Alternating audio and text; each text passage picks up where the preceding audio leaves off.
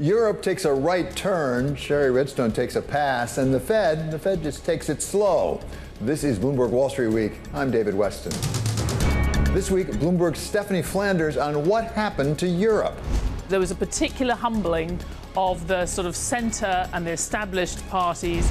Ruchir Sharma of Rockefeller International on what happened to capitalism. Every time we have a crisis, the bailouts get bigger. And Ron Olson of Munger, Tolles & Olson on his half-century at the side of Warren Buffett and Charlie Munger. Neither Warren nor Charlie are typical.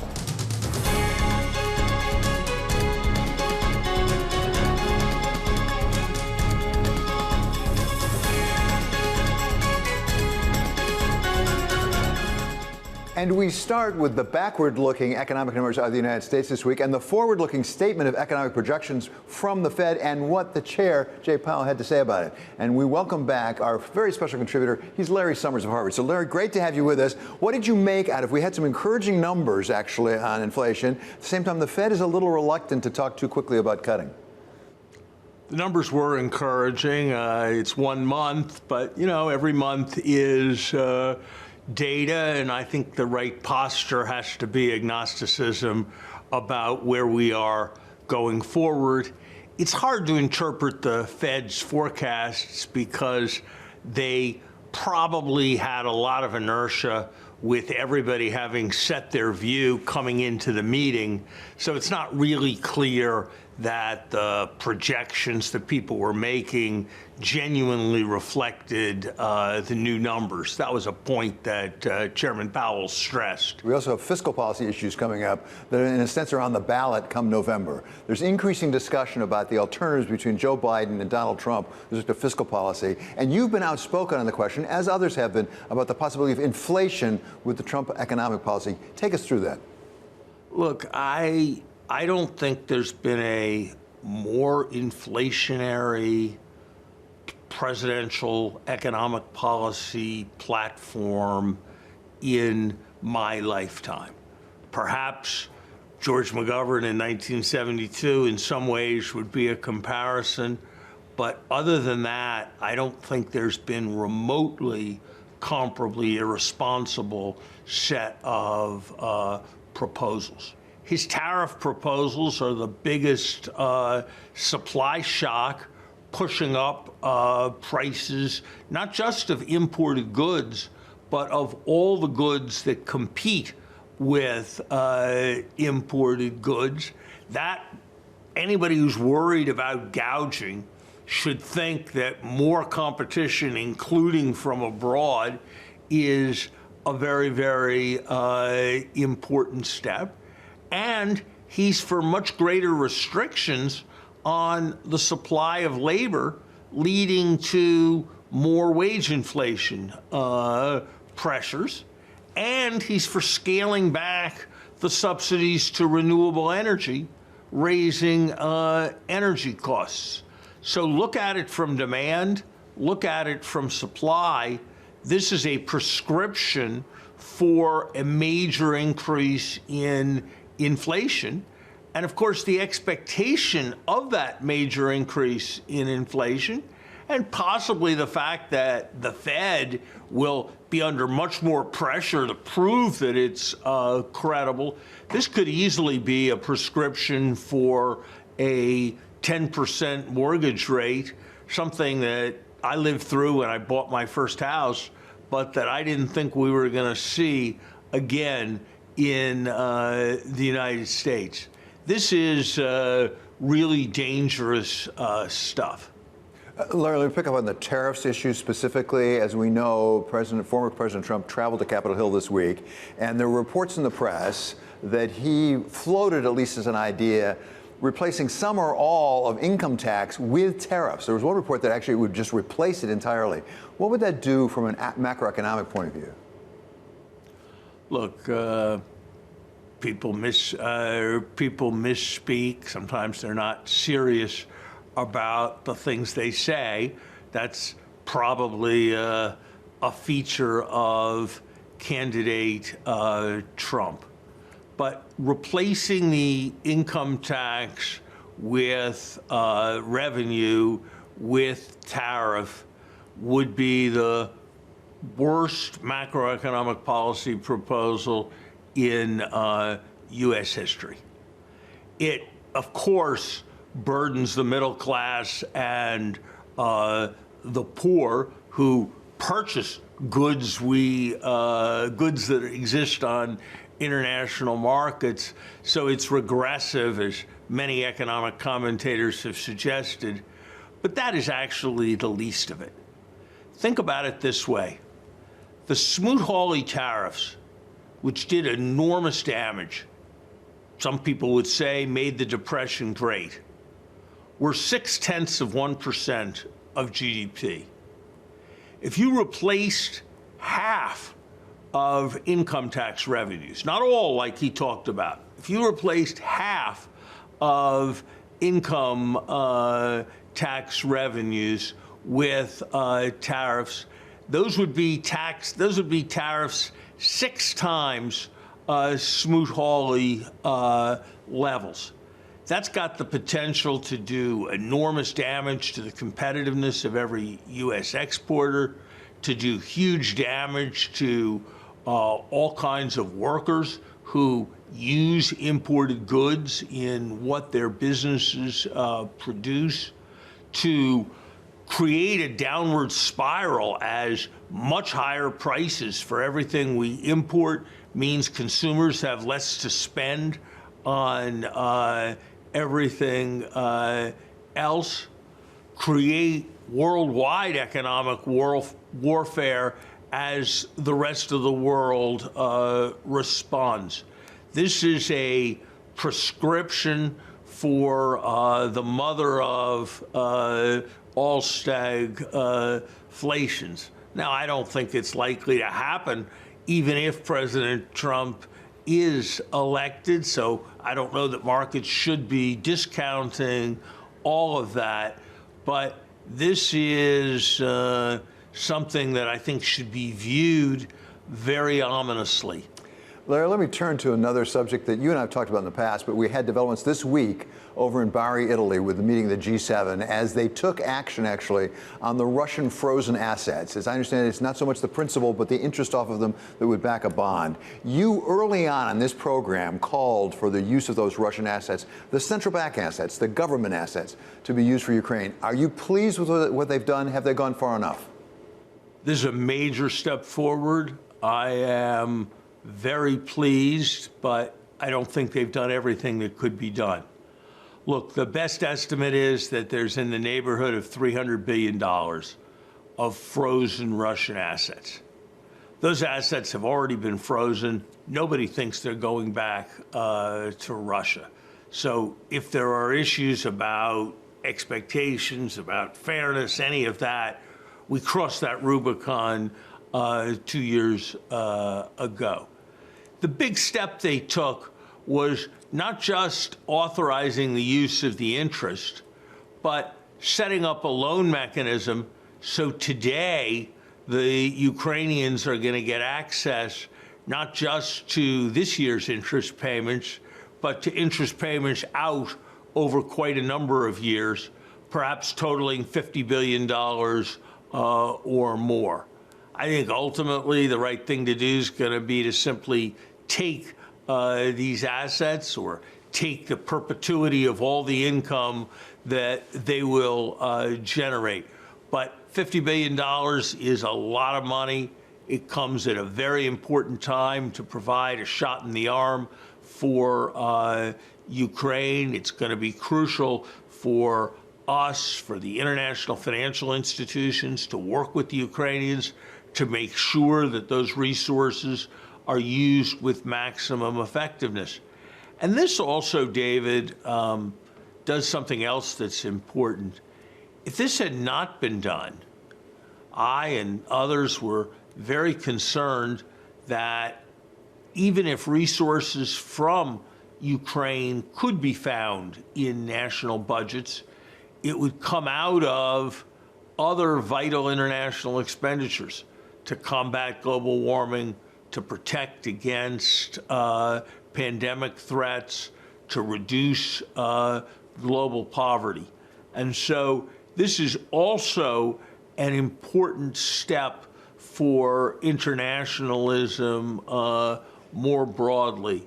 It's been a long road on this, and while it didn't start with as aggressive an effort from the U.S. government as I might have hoped, I really want to congratulate Secretary Yellen, especially people at the National Security Council, her deputy, Wally Adeyemo, Sherpa Dileep Singh, for having driven something that is really profoundly important.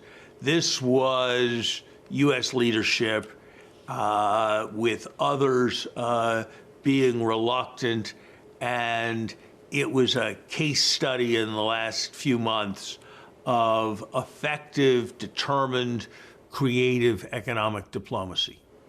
Okay, Larry, thank you so very much for being with us. That's Larry Summers of Harvard, our very special contributor here on Wall Street Week. Coming up, European parliamentary elections took a right turn this week. We go over what this could mean for the European economy with Bloomberg's Stephanie Flanders. That's next on Wall Street Week on Bloomberg.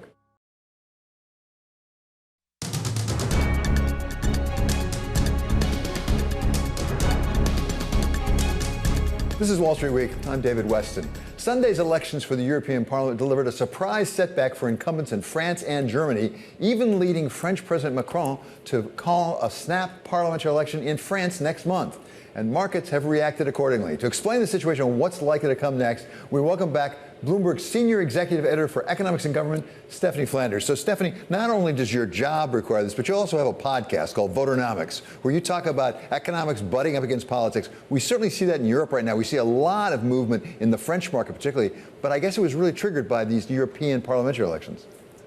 Yeah, and you have the European parliamentary elections, which, as you'll remember, it's elections for the European Parliament, which controls some parts of European policy, not all parts of European policy. And the sort of headline sounds uninteresting in the sense that the sort of centre grouping that's led by, represented by Ursula von der Leyen, the current European Commission president, did still emerge as the largest grouping. It got about 60% of the vote. But as expected, you did have quite a lot of success. About a quarter of the votes went to far-right parties. And as you say, there was a particular humbling of the sort of centre and the established parties in France and Germany. Olaf Scholz's Socialist Party was completely hammered by the Alternative for Deutschland and other parties in Germany. And you had the rise of Rassemblement National, used to be the National Front, the far-right party in France. So let's turn to France for a moment, because that was an immediate aftermath of this, as we saw President Macron, I think, surprised maybe even his own party and say, let's have a snap election right away here.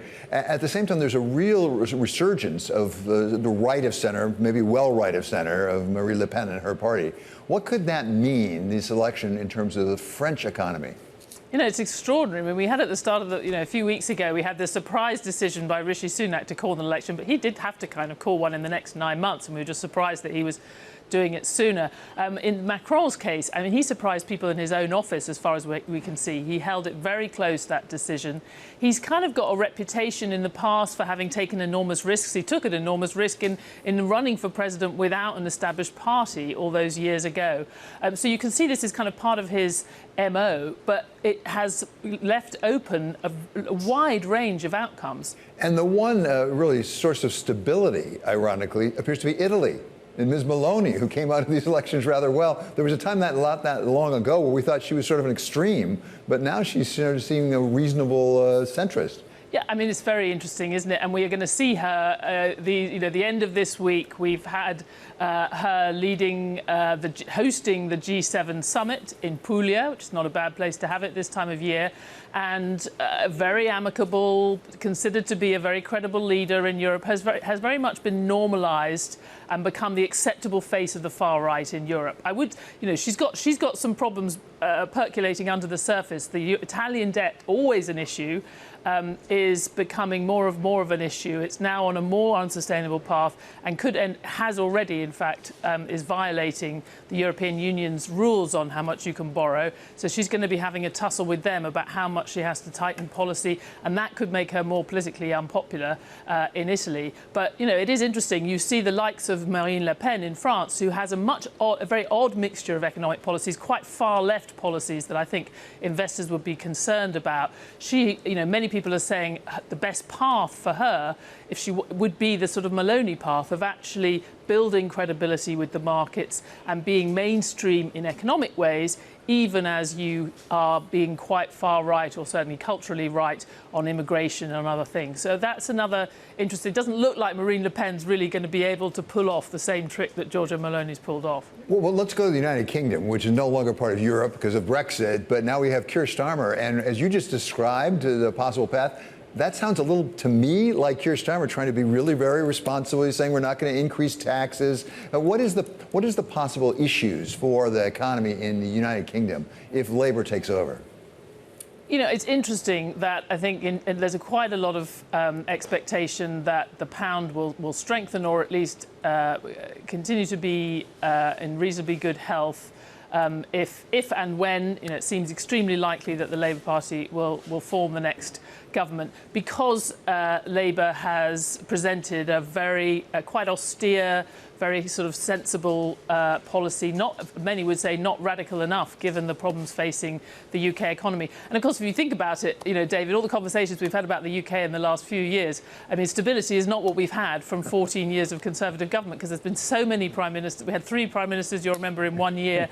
So ironically, you have the Labour Party coming in as a force for stability, and, you know, Keir Starmer might actually be the prime minister for several years and not just for a year and a half. And finally, Stephanie, we like to try to look at these things from a point of view of an investor. And foreign direct investment is terribly important. In recent past, it's really been going a lot to the United States, not so much to Europe. Given what you've just described, Germany, France, Italy, the United Kingdom, overall Europe, does it make it more attractive for foreign direct investment or less, or does it just not have much effect? No, I think, I mean, there could be an effect. Obviously, they're looking over their shoulder at the US, at the massive spending on the IRA, on infrastructure in the US. And it's very hard for the Europeans to match that or to provide the kind of, you know, all those kind of tax breaks and attractions that has been attracting people to the US. They also don't have the tech companies and the companies that have been responsible for the big rise in the S&P. They just don't have similar tech leaders in European markets. So I think it's still quite a tough sell after all these years of underperformance. But I would say the UK certainly has a lot of what you might call upside potential in this environment. And if you have a more stable climate in terms of, you know, the tax on investments now very low, on corporation profits, all of those things, I think the UK could be an interesting bet over the next few years. But if you have a soaring, lots of spending, lots of tax cuts in the US, particularly under a President Trump, well, that is also going to be quite attractive to investors. Stephanie, thank you so much. Always great to have you with us. That is Bloomberg's own. She's Stephanie Flanders. Coming up, we look at where the Indian economy heads next as Prime Minister Modi begins his 3rd term with Ruchir Sharma of Rockefeller International. Even though Modi won, it is seen by many people as some sort of a moral defeat. That's next on Wall Street Week on Bloomberg.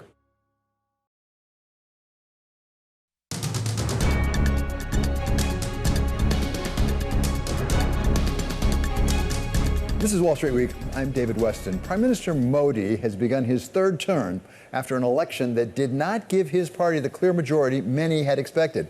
To take us through what we should expect next, welcome back now Ruchir Sharma. He's chairman of Rockefeller International and author of the new book, What Went Wrong with Capitalism. Welcome back, Ruchir. Thanks, David. So we're going to talk about your new book. Before that, let's just spend a minute or two on India, because we talked about it before. You were one of the first ones that I saw who suggested maybe it wouldn't be a landslide for Modi. What are the possible consequences, do you think, for economic policy of what we've seen? Well, I think that the way the election result has been interpreted is that in some ways it's seen as if this is a 2-speed economy going on in India, that the urban consumer is in good health and almost booming, but the rural economy in India, in many parts at least, is in some sort of distress. So I suspect that there'll be some shift in terms of the spending priorities of the government in favor more of the rural economy and trying to do something a bit more about that. But I'd say the big takeaway of this election, and I think that this is something which I think has been really underappreciated, that if you look at elections around the world, and particularly if you look at even India's electoral history, after an election, it is usually viewed as a mandate for something. And at the same time, the opposition, at least for a while, goes into retreat. Because they've just lost an election, they go into retreat and try and regroup. What's very unique about this Indian election is that even though Modi won, it is seen by many people as some sort of a moral defeat, just because the benchmark was so high and he's ended up with seats which are well short of the majority mark just for his own party. On the other hand, the opposition is already behaving as if it won. It's been emboldened, it's out there, much more aggressive, and a lot of the post-poll analysis is, why did the opposition do so well? So this is a very strange election that way, that it's not been a cleansing or a catharsis in some way. It's been like, in terms of the consequences are going to be that the opposition from day one is going to be emboldened, and I dare say almost disruptive. So I don't see that much policy action take place in India given this verdict. You mentioned urban versus rural. What about socioeconomic distinctions? Because there have been some reports I've seen that, in fact, one of the things that turned on Prime Minister Modi was the fact that the lower income people felt that they'd been left behind. Yeah, but I think there are many stories in India, because what is true in one state is not true in another state. And I think that's the part about India which we have spoken about, and something which I think is not fully understood by many people, that what happened in this election also is that there was no wave. There was no wave for Modi. Instead, we ended up in the traditional India, where every state had its own contest in many ways. And so therefore, you got an outcome which was an aggregation of what the various states were doing. And you're right, there was some feeling in some states, which even I traveled to, such as Maharashtra, where a lot of people felt that they were not getting the benefits of what was being promised, and they were facing some sort of local issues. So that's true in terms of socioeconomic divide. And yes, more of the poor, it seems, did vote, and more of the so-called what they call in India the backward caste, they voted for the opposition parties rather than Modi. So that's true. But it's a much more nuanced story. But the broad takeaway, as I said, is that I expect very little to get done in terms of new policies over the next year from an economic perspective. One of the things we talked about in the past was the growth policies of Prime Minister Modi, combined with relative restraint on inflation, being able to really contain that.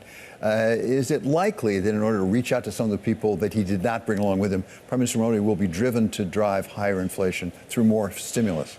I hope not, because I feel that if there's one relative success story that the government had over the last 5 to 10 years, it was on keeping inflation relatively low. Now, of course, in India's case, whenever you go out and talk to people, they will always tell you that rising prices is an issue, because in India's case, so many people are living at the margin, they can't afford any increase in prices. But generally in India's case, the inflation performance was much better. In fact, the big problem with the previous government was that they let inflation get out of control.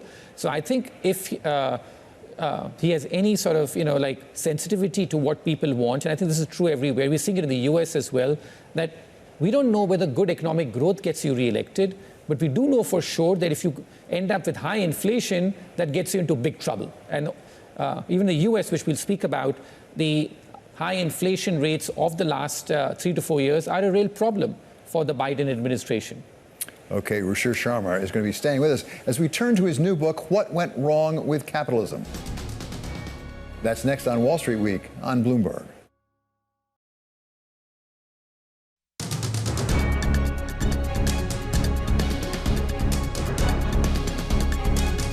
This is Wall Street Week. I'm David Weston. Ruchir Sharma of Rockefeller International has stayed with us to talk about his new book, What Went Wrong with Capitalism. First of all, congratulations, Ruchir, another book out.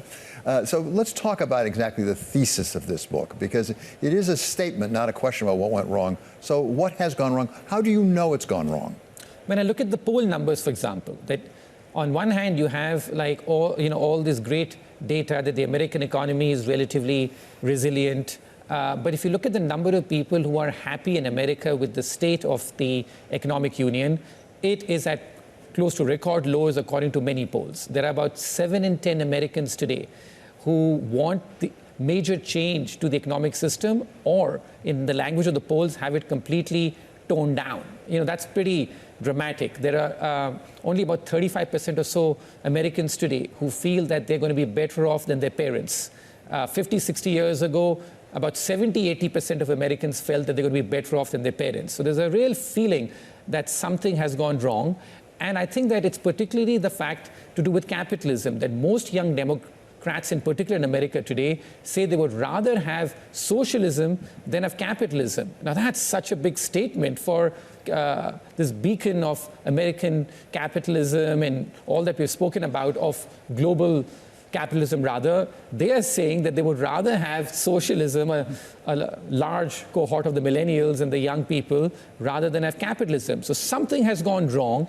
And what I've done in this book is to sort of look at deep down what's gone wrong. Because, as they say, the first step to a cure is to first diagnose the problem. But I feel that in America today, we're not even diagnosing what the underlying problem is. Why does it make sense, from your point of view, having studied this now, if you didn't know anything about our society, if you didn't read any of the media, you didn't read any of the polls, and you looked at our growth rate, which is at or above historical trend lines, and you looked at unemployment, which is close to lows of all time, most indications would say this should be a pretty happy economy. So why is it not? Exactly. So, because after I said that there's a sliver at the top which is doing very well, but we have this two-track economy out here that even now, if you look at it, the bottom 50 to 60%, they don't have any excess savings. They're not being able to spend that much. And as I said, that there's a feeling that they're being squashed by what's happening at the top. That today in America, economic mobility, social mobility, all have declined significantly. Like, this is a country where people would move around a lot, or people would be in search of an opportunity. As I said, there's a real feeling in America today that they don't have equality of opportunity. Is it the government's fault in this sense? 2008, 2009, we had the great financial crisis. There was concern about a depression, not just a great recession, but a depression. And there was a lot of government intervention, both on the monetary side and the fiscal side. A lot of people thought that was necessary to save us and maybe the world from depression. Then you had a pandemic.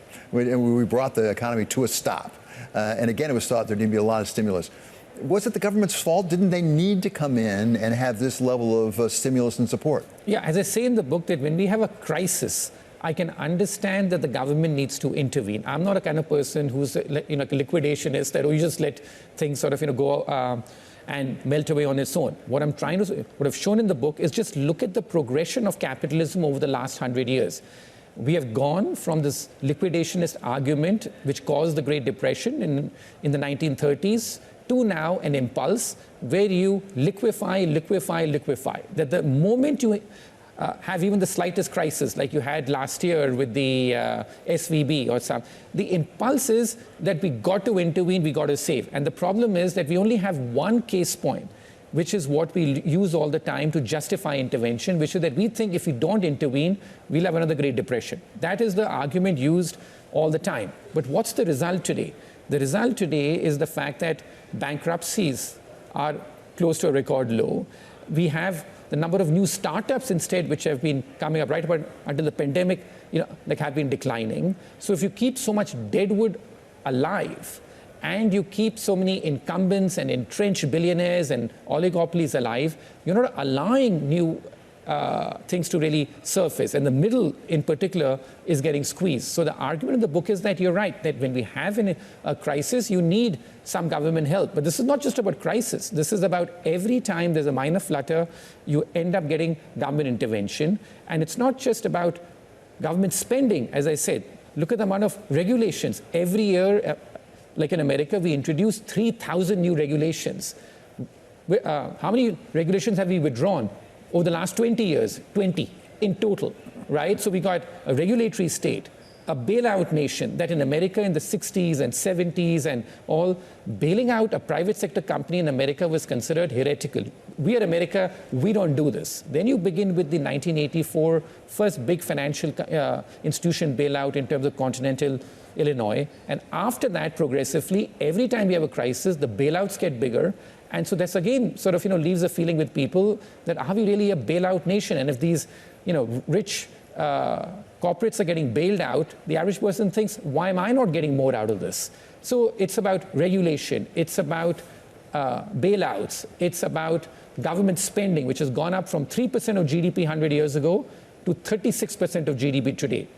Through every administration, we almost, regarding some air pockets here, there, or the other, we have seen an increase in government spending. Every administration, including Reagan, because people tend to think of Ronald Reagan as being a smaller government philosophy. Yeah, but the facts just don't bear it out, because under his administration, government spending increases slowed down a bit, but they kept on sort of, carrying on at pretty high levels. And then if you look at in terms of what happened under him as far as regulations were concerned, even though under Reagan too, those kept on going up. The only deregulation we saw was the financial sector. The financial sector saw lots of deregulation, but outside of that, for the small and medium-sized businesses, the regulatory burden has kept getting bigger. And this has real consequences, David, because it means that if you're looking to start a new business, the cost of doing that today is way higher on Wall Street, where, for example, if you're looking to start a fund today, it's 10 times in terms of the cost compared to 20 years ago. So, that just means that if you're already in business or if you're a big person in business,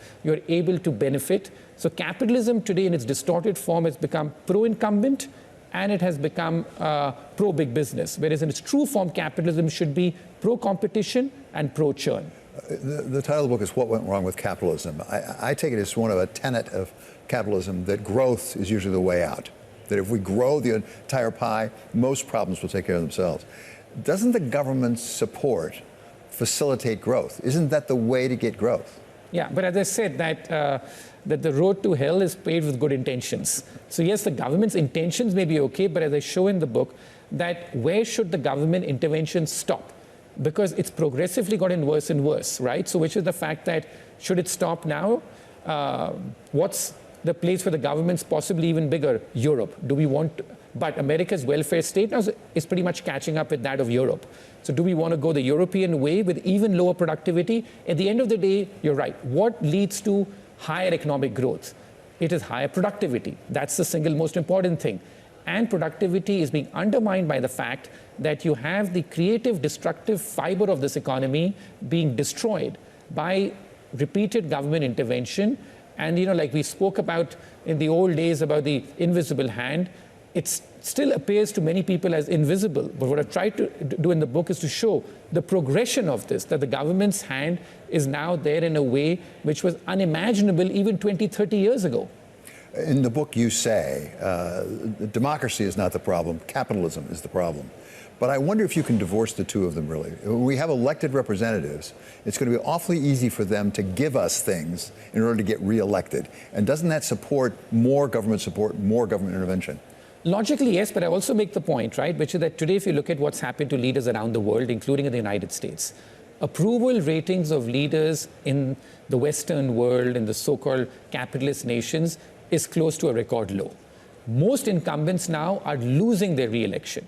So clearly the status quo, the current system we have, is not working for many people. So then democracy is also giving you an indicator here, which is that the status quo is not working for us.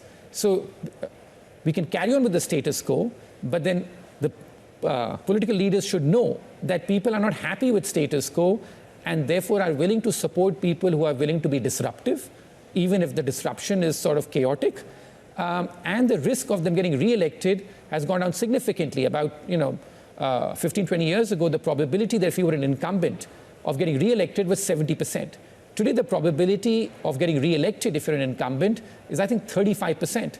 So that's a dramatic low in terms of what's happened. So the status quo is not what's working for people, and democracy is telling you that that's just not going to be acceptable to many people. The book is What Went Wrong With Capitalism, and the author is Ruchir Sharma of Rockefeller International. Coming up, the unique partnership of Warren Buffett and Charlie Munger through the eyes of their lawyer for over 50 years, Ron Olson of Munger, Tolles & Olson. I know no partnerships that have lasted as long as the two of them had. That's next on Wall Street Week on Bloomberg.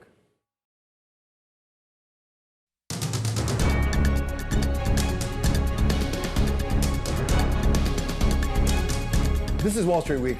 I'm David Weston. Warren Buffett or Charlie Munger would have been historic investors individually if they'd never met one another. But they did meet and formed a partnership for over 50 years, one which their lawyer, Ronald Olson of Munger, Tolles & Olson, observed from close up almost since it began. We talked with Ron about that partnership, what made it work, and what made it different. Neither Warren nor Charlie are typical. Did they have problems that were similar? Yes, but Warren and Charlie had the owner's attitude from day one and took a deep, deep interest in any problem. They did their own homework. They didn't believe in consultants. They didn't believe in figuring out compensation for the managers with a compensation consultant. They operated independent of Wall Street. So they were very different than most other clients, I would say.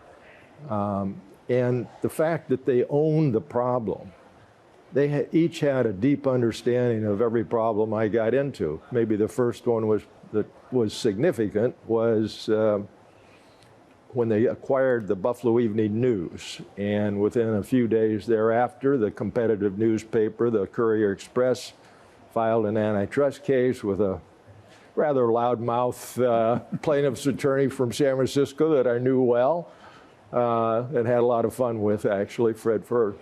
And so I spent a good part of that winter on that case. And Warren, of course, was deeply interested in it, as was Charlie.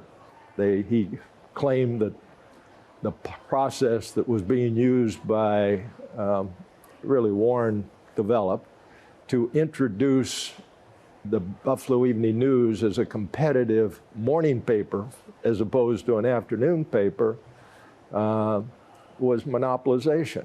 Judge Briand in the trial court wrote a lengthy opinion against us and basically made the point that Berkshire had not complied with the rules of Marquis and Queensberry.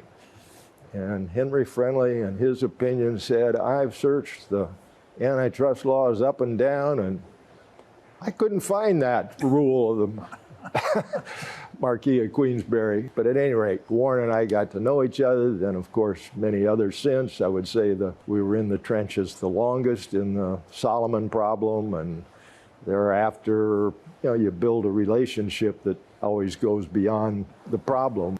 Ron, talk to us about risk. I mean, risk is at the center of investment decisions. It's also an important part of what a lawyer does, is assess risk and apprise clients of that risk. How does Warren Buffett approach risk in your experience as a lawyer? Well, carefully. And he approaches it also often with Charlie. I mean, they would talk regularly, and particularly if you're talking about risk associated with an investment. That was a regular occurrence. And each of them approached that, I think, somewhat differently. They have a different set of priorities, a different set of readings, a different set of life experiences. Warren is, as you know, very gregarious, out front. He's the one who cuts the deals. Charlie's still sitting in his chair, as his kids say. He looks like a book with two legs. Reading every day. The two of them had this unique partnership. And it's another reason I don't have a lot of clients with a unique partnership like that. There's complete trust. There was a grounding in, I would say, Midwestern values.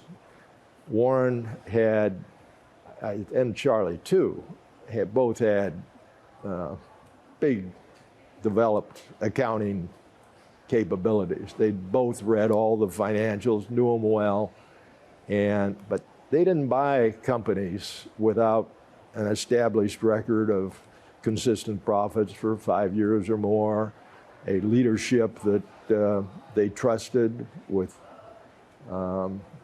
that had integrity and had run the companies that they were about to acquire. And one question Warren always asked was, is this person going to love the money more than he loves the business?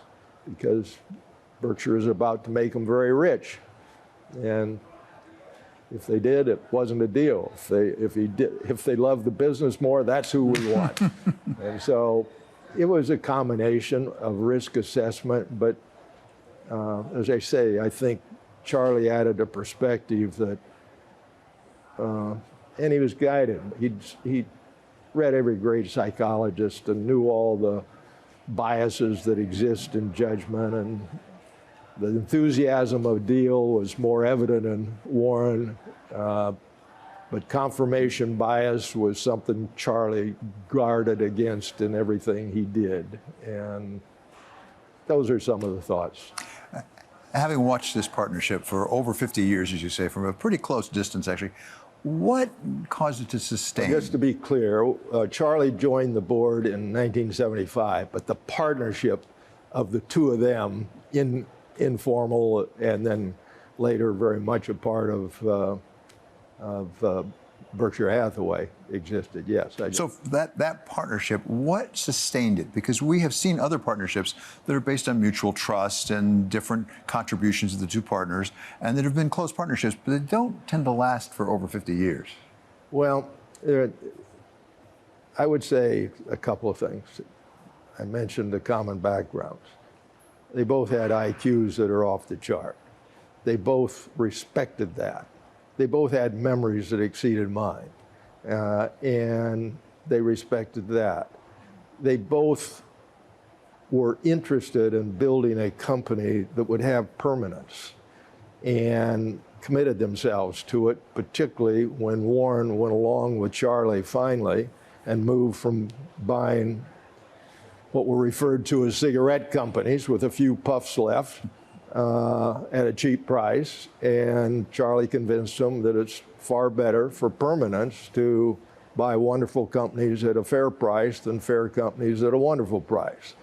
And they were dedicated to that. They were, and as Warren said in his tribute to Charlie in the annual letter, he let him take the bows, and he also noted in the letter that after he had blundered and made a mistake on something, Charlie never reminded him of it.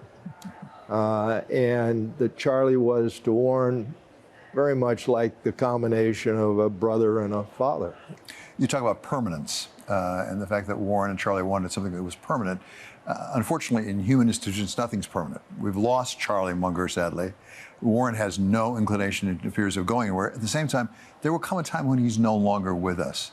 Have they succeeded, you think, in setting up something that can be permanent, that can outlast even Warren Buffett?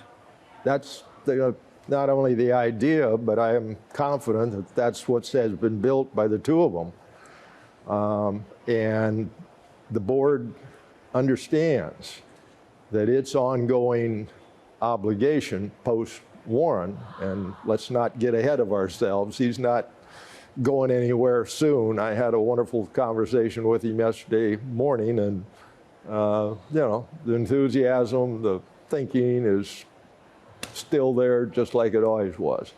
But I would say that the board has done a very good job in helping to maintain the post-Warren permanence by having Greg Abel as a designated successor. Greg is admired by the board. He's admired by Warren. He understands the history of the company and the idea of permanence. He is a fabulous thinker. His judgment is superb. He is strategic. He is decisive.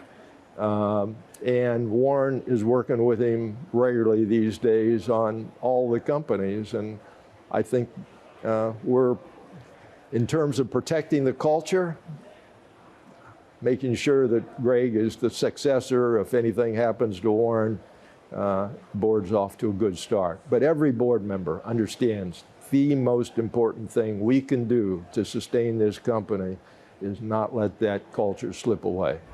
That was Ron Olson of Munger, Tolles & Olson. Coming up, if at first you don't succeed, maybe just turn around. That's next on Wall Street Week on Bloomberg.